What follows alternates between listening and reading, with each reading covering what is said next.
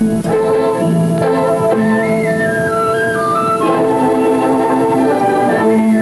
to Martial Arts Today, a program dedicated to the ancient fighting arts of the Orient, designed to give you insights into the history, philosophy, styles, and celebrities of the martial arts. And now, your host, Joe Rebello. Hi, this is Joe Rebello back with Martial Arts Today, and we're here with our very special guest today, Sensei Ted Tabura, a legend in the martial arts, and someone I've been wanting to meet, quite frankly, for going on 20 years now. And again, first of all, Sensei Tabura, it's a pleasure making your acquaintance. Aloha. Sir, again, many of our audience are not familiar with the particular system and your training, and if you would be so kind as to tell our audience how you began in the martial arts. Well, I began my career in martial arts at 13. I started with Golden Glove boxing. At the age of 17, 18, within that range, I studied the martial arts, a style called Negoshi Karate. Then I came to the mainland, to California, looking for karate schools, and I found the KENPO system first. And it was by Master John Leon and Sonny Gascon. Let's put his name, okay? For a couple of months, I've been working in and out the state. Then I hooked up with Grandmaster Shihan Devasola in Okinawan Te. I stayed with him for about 5 years until I got into the service, the Army. Then I studied with him for about 2 years, and I got into another system called LimaLama, the Polynesian.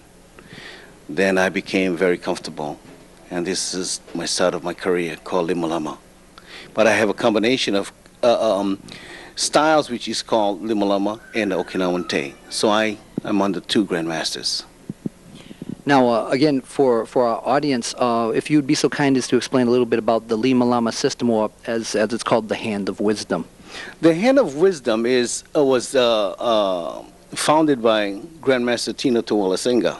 He's from Samoa, and I think it was handed down by his father, but the name LimaLama was derived up in California, and it was called LimaLama. Lima is the hand, and Lama is the wisdom. So that's how it started. It started in 1963. It floated into California while Mr. Tino was with Mr. Parker, Mr. Ed Parker.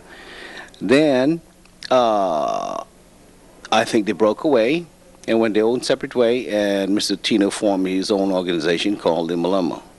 At first, it was called Napua Lima, with Mr. John Lewis. He was my head instructor. Apparently, he died in 1989.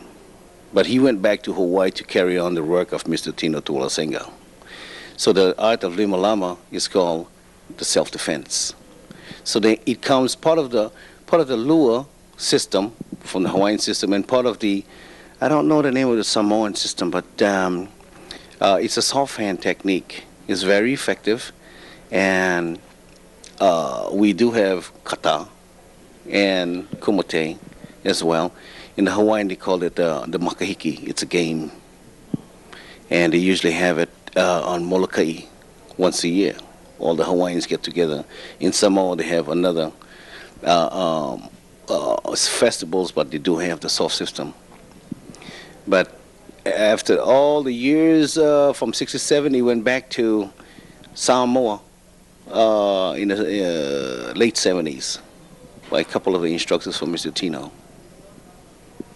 Now, again, you had mentioned with a couple of questions I had. You mentioned that the system, there was an offshoot of LimaLama that you had studied with your instructor who had passed away in '89. Could you translate the term Nakoa? I just want to make sure it's correct. Napua Lima. Napua means the flower hands. Na is the hands, and Lima is the flower hands. Excellent. Now, again, upon my first viewing LimaLama, I of course saw the influences of Kenpo and Okinawan Te within it. But again, I think the real uniqueness about LimaLama is, again, the influence of the Hawaiian hand movements and, again, Lua. Can you explain to the audience a little bit about Lua and the unique hand movements of LimaLama? The essence of the lure is it was for the elites, for the king and queen of Hawaii, and it's bone breaking and nerve system. And as far as the LimaLama is concerned, and the lure, the lure is taboo. You cannot. It's supposed to be handed down by the teacher to the family, and when taboo means keep out, off, period, or there's a curse on it. So there's not too many lure instructors, but now it's coming out of the woodwork in Hawaii. There's a gentleman in California is now spearheading the West Coast. His name is Solomon Kahivalu, and he's doing a fine job. Now, you and Solomon at one time were the head of, involved with the Polynesian Martial Arts Association. Am I pronouncing the association correctly?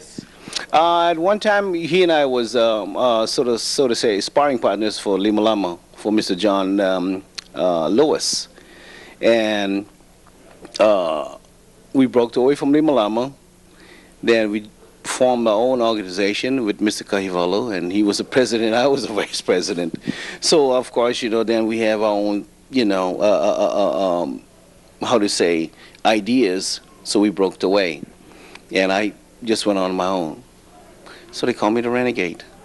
I was going to say that when we had talked previously, you always said that you've always been the Renegade. I've been several occasions you've been offered rank and turned it down.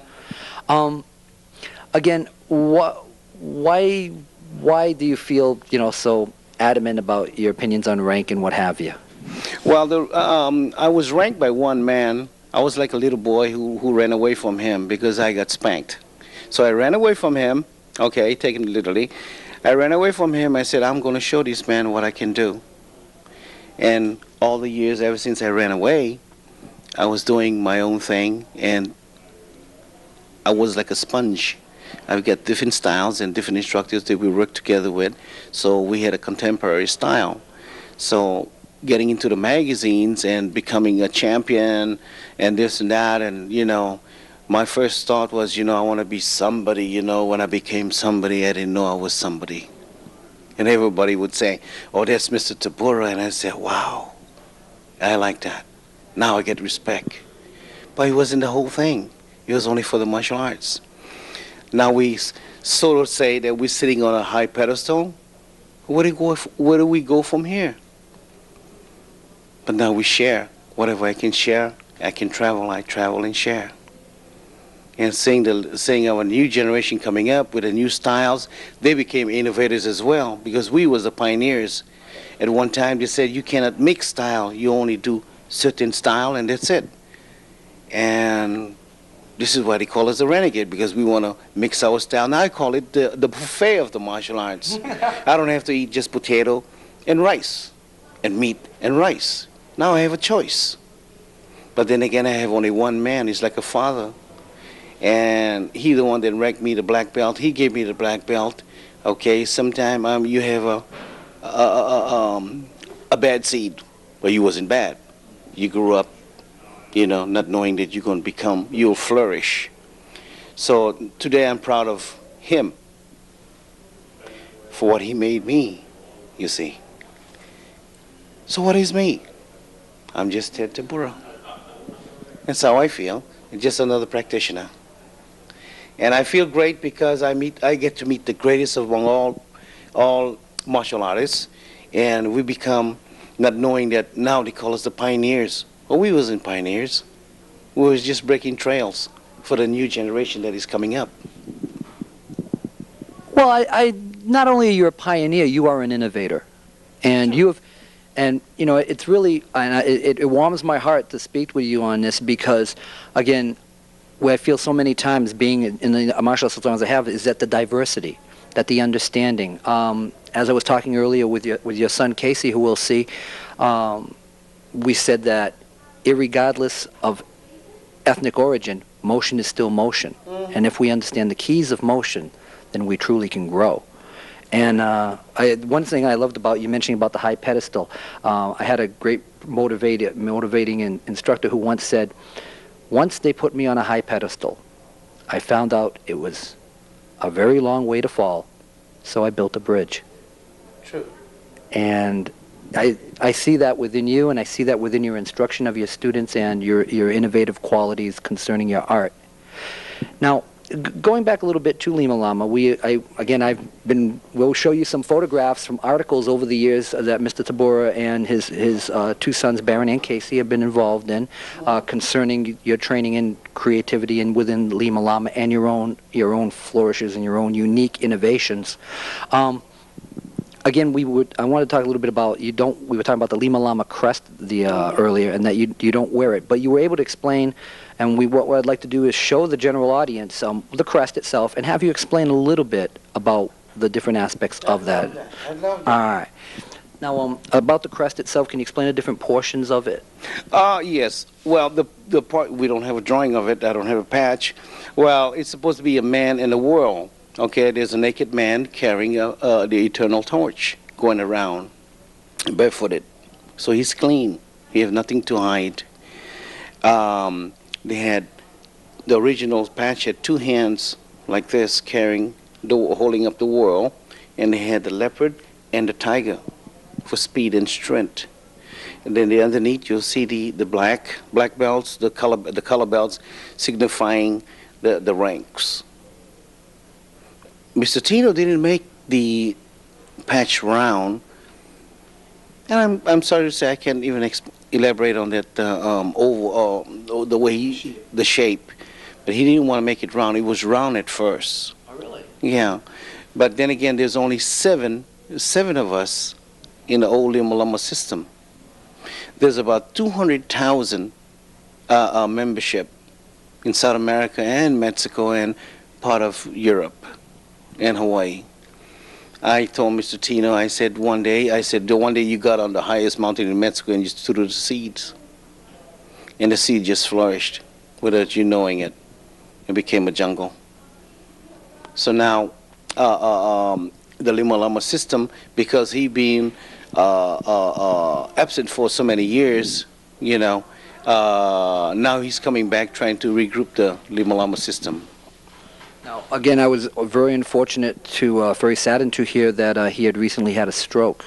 But I see that the system is still flourishing, and he's really working hard to again, reestablish himself as the head of LimaLama, but also make sure that the LimaLama system does flourish. Yes, correct.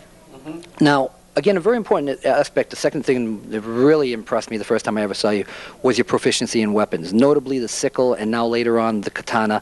Again, I can see the influence of Okinawa Te and also the unique Polynesian influences. And can you tell us some of the influences that go into the weaponry that you do? Basically, I had a friend. He's an instructor, and he was in Iaido, and he showed me the basic. And I love the basic of Iaido and Kendo. And I said, going into open competition, it's dead. Okay? So I needed something to pep it up a little. So I innovated the Eskrima and took the Aikido, the Kendo and Iaido and part of our Eskrima movements and put it all together, as well with the katana and the sickles. Now, again, speaking of sickles, I mean, many people refer to you as the Sickle Man. The Sickle Man. I have a little story in that. The Sickle Man the name was given to me by Professor Amparado, Cedro Amparado. We had dinner one night in California, and after dinner he said, I understand you're doing well in the tournament circuit. And I said, yeah, thank you. And he said, you know what? I think I'll call you the Sickle Man. And I said, whoa, what a compliment. But then again, after it stuck, all the boys started calling me the Sickle Man. So I didn't name myself the Sickle Man. And for those of you in the general public, Cedro Amparado is one of the 5 founders, and Cedro means founder of the Kaiju Kenpo system. One of the most popular Hawaiian arts that is flourishing in the United States, and many practitioners in the New England area who are studying Kenpo actually are doing a derivative form of Kaiju Kenpo. Right. Now, Again, last thing we're going to be showing a brief demonstration of different arts. Again, you're here today up in Maine. We've come all the way up to Newport, Maine for this event, and just exactly to, and I have no qualms about saying the reason I am here is because of this man. There is no doubt. I'm so proud. I'm so proud. It's somebody followed me since the 70s. You know, this is what I was talking about. You know, you don't know who's following you, you know, and who's interested in you. Then again, you find that you have a fan. And that's the greatest thing a man can have. That's how I feel. Well, my last question is, what does the future hold for LimaLama and for Ted Tabura and the Tabura clan? Well, the Ted Tabura clan is my dojo. It's a small little dojo. It's a small little organization with my black belts. And of course, you know, after they grow up, they make the family and all that. But I don't die. Simply, I keep going, doing tournaments and sharing what I can share in seminars and whatever technique I can share with the up-and-coming generation. And I'd like to work with instructors and share with me and share with them. That's fantastic. Well, in that spirit of sharing, I thank you very much for your time, your patience, and your effort in allowing us to interview you today. And we're going to be back with a weapons demonstration and also with a member of the clan, Casey Tabura. Yeah. And Sure you said you wanted to see the hands? oh, yes, sir. So we'll be showing you a demonstration of LimaLama and some of the weaponry within the arts.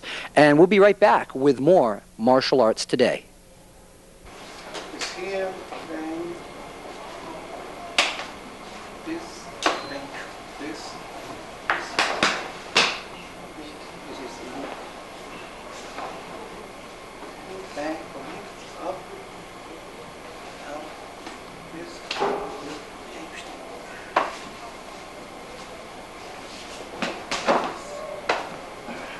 one, all keys, okay, from here, bang, up. Grabbing this, bang, out. This here, bang, inside.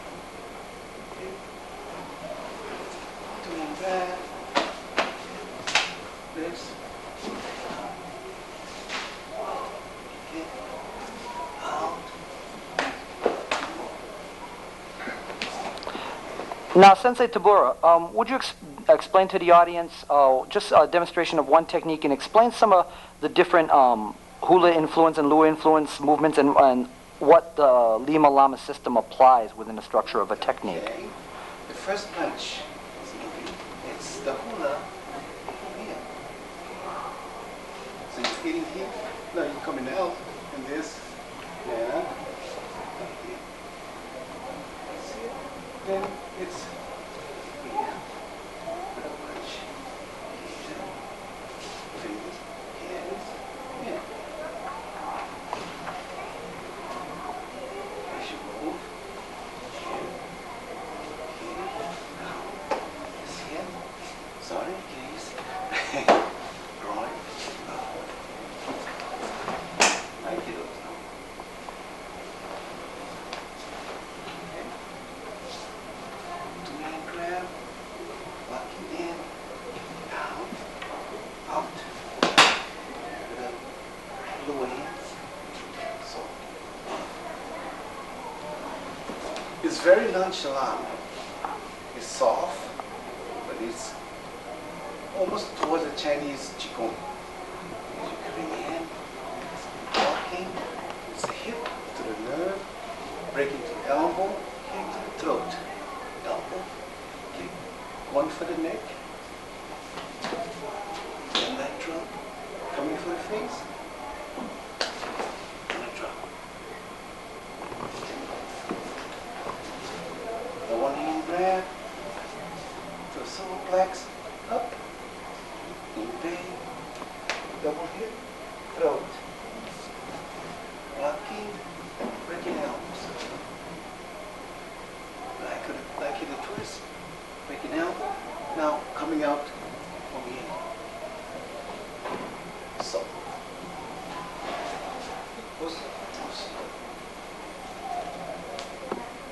Thank you. So.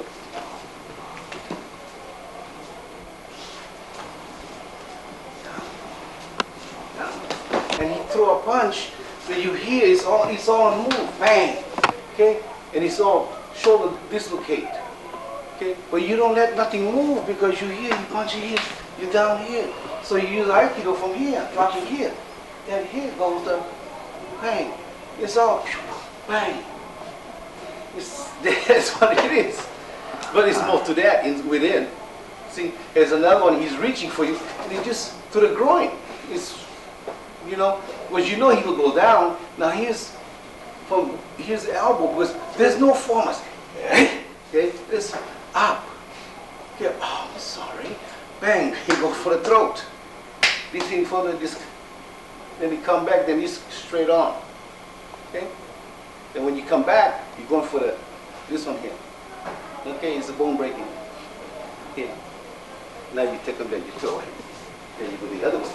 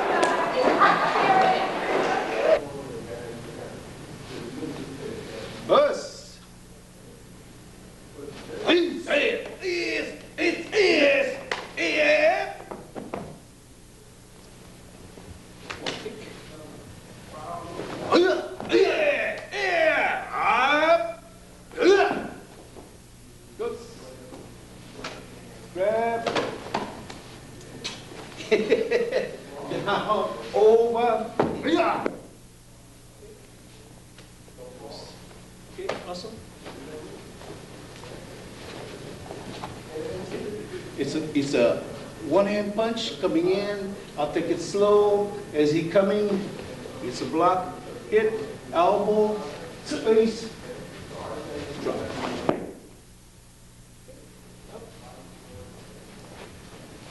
Punch. Another one. Up, zip, elbow, hit, up, zip. So, okay. Another one. This. Oh, no cup. Oh, up here, up there. Now, you take hit. Boss.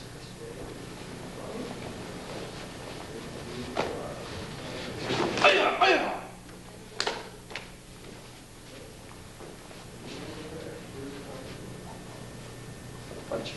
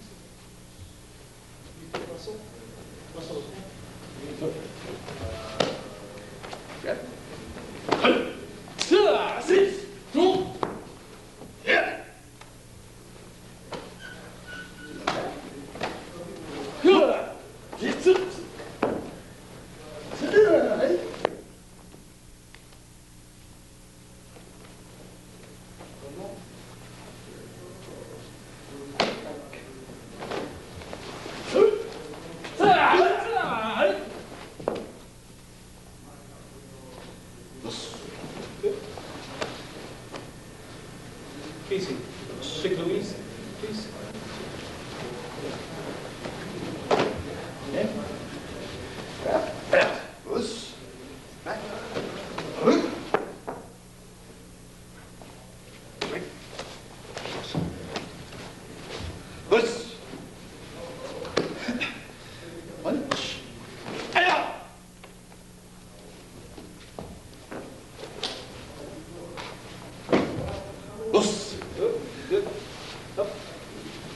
Thank you. And the kick. One is relaxed. In pair from here. Shooting. Here. Okay. One more time. It's quick one. Bang. Hit. Bang. This way. Up. Up. Sorry. Okay. Up. Okay. Grabbing. Fist. Reaching over. Hit. Okay. So. Up. Okay. And. Okay. Very softly. 1, 2, 3, 4, 5, 6, 7. Up. Okay, grabbing up. Okay, breaking elbow in here, up here. Okay, coming down, groin. Up. So. Okay, thank you. Pose.